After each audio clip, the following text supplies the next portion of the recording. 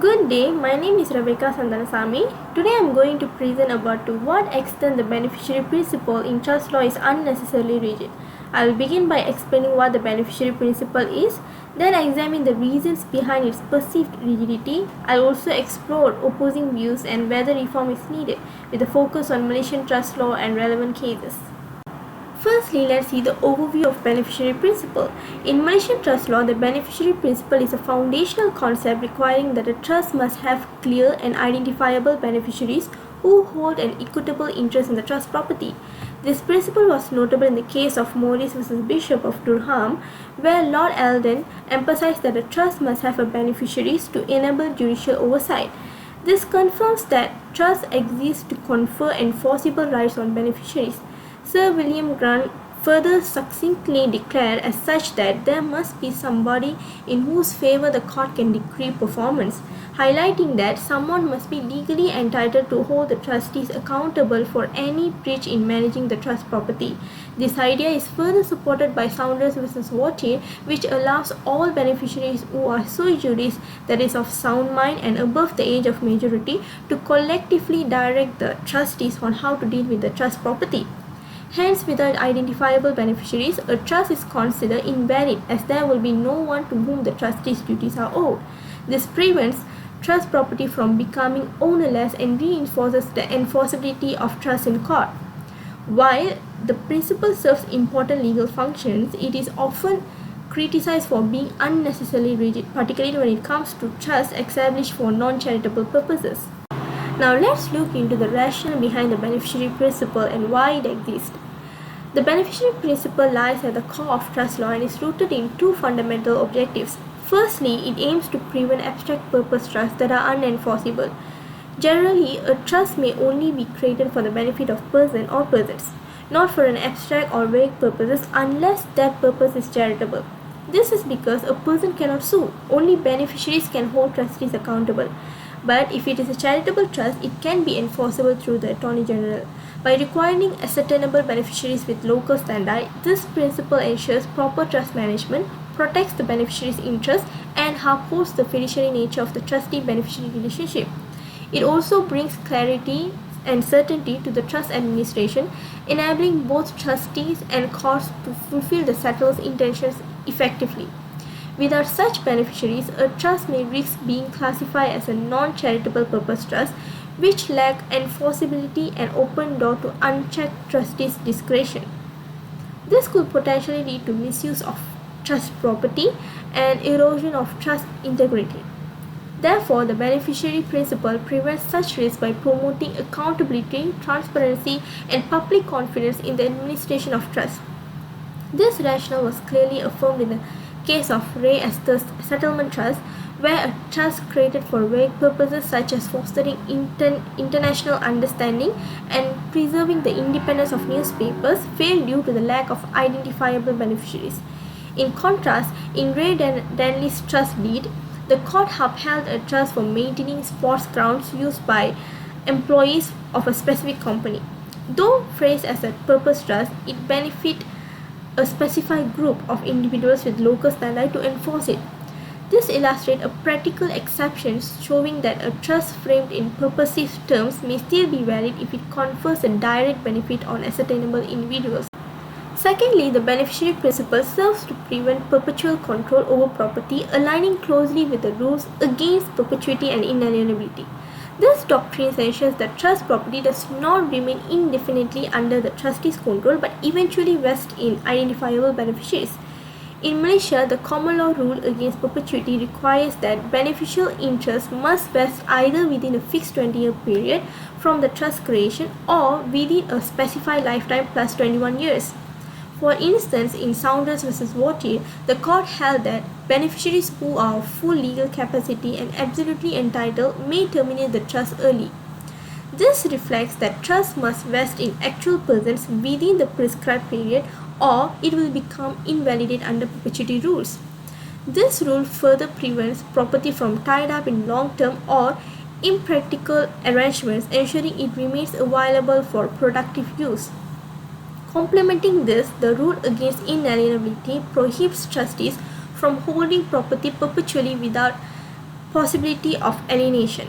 However, a rare exception appeared in Reading, where a trust for the care of the testator's horses and hounds was upheld due to its specified duration of 50 years.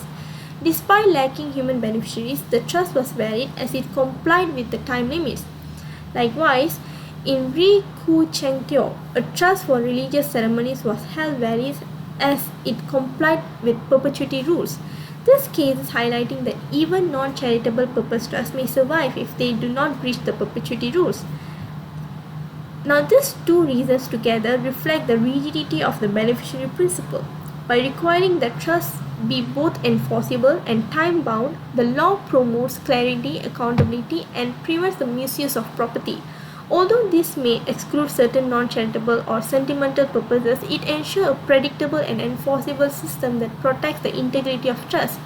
However, while these justifications explain the rigidity, they have also sparked criticism surrounding it, particularly in the context of non-charitable purpose trusts and evolving societal needs. The first criticism will be under the equity stalling. The case of Landesbank versus Islington illustrates the key limitation of the beneficiary principle. Although beneficiaries can trace trust property, their rights are defeated if the property is acquired by an equity stalling, which is a bona fide purchaser for value without notice. In such cases, beneficiaries are left to pursue only a personal claim against the trustee, highlighting the rigid and restrictive nature of trust law when third-party interests are involved. These limitations become particularly concerning in today's setting where assets are rapidly transferred across multiple parties. Once trust property reaches a bona fide purchaser, beneficiaries may lose their right to recover it. Even cases of trustees' misconduct, such as the fraud or unauthorized dealings, leaving them without meaningful recourse. This highlights how the rigidity of the beneficiary principle may at times fail to protect innocent parties in complex modern transactions. Secondly, we can see the limited exceptions under the non-charitable purpose trust. One of the key limitations of non-charitable purpose trust is the requirement that a trust must benefit identifiable human beneficiaries or qualify as charitable. This principle was reaffirmed in Re Endicott, where a trust for the purpose of providing some useful memorial for myself was held invalid.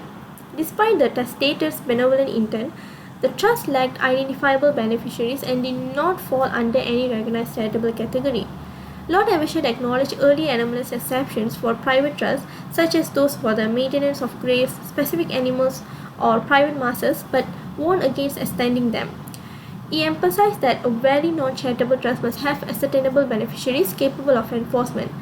This judgment reinforces the strict and narrow approach to non-charitable purpose trusts, which are recognized only as limited exceptions to the general rule.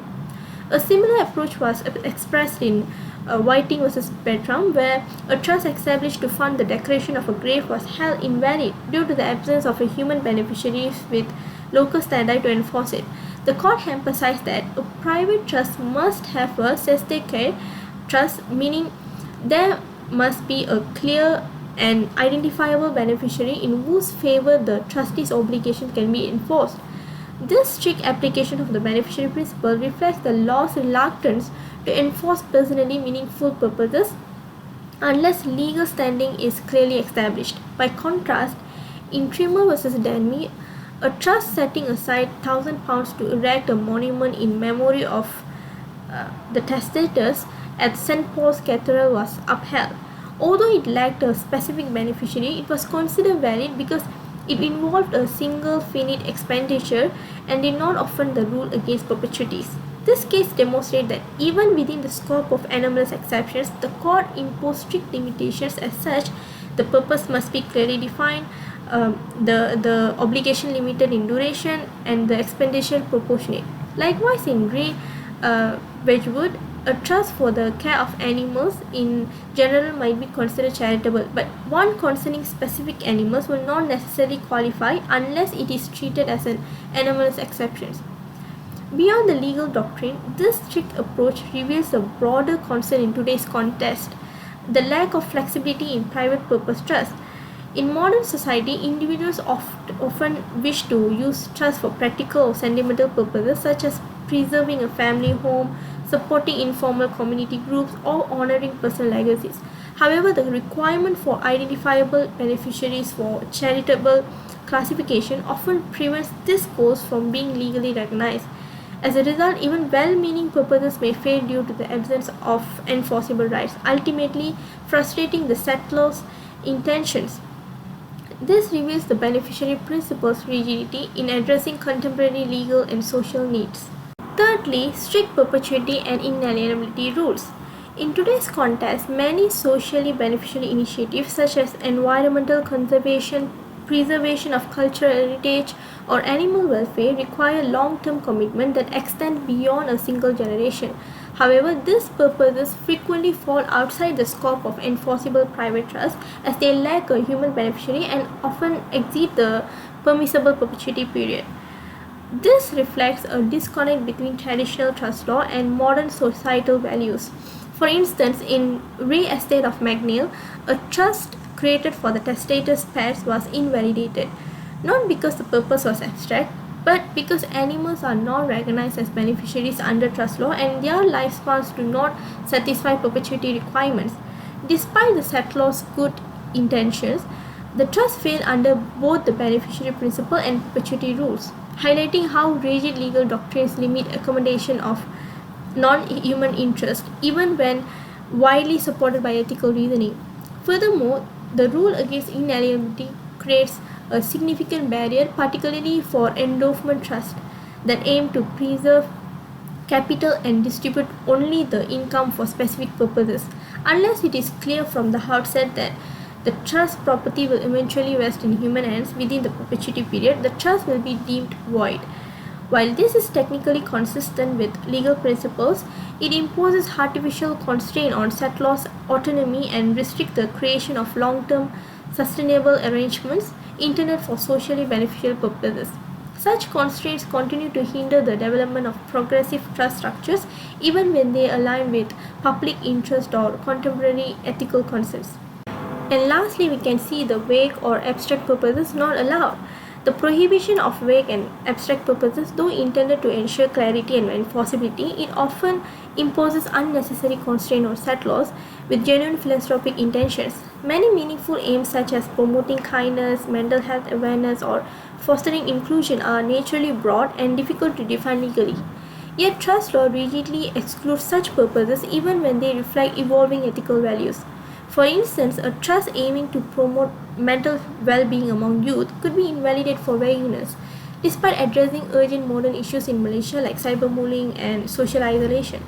This rigidity limits the law's ability to adapt to evolving societal needs and hinders the development of impactful charitable initiatives. Now let's look at the comparative view and possible reforms. Firstly, adopting global approaches in Malaysia.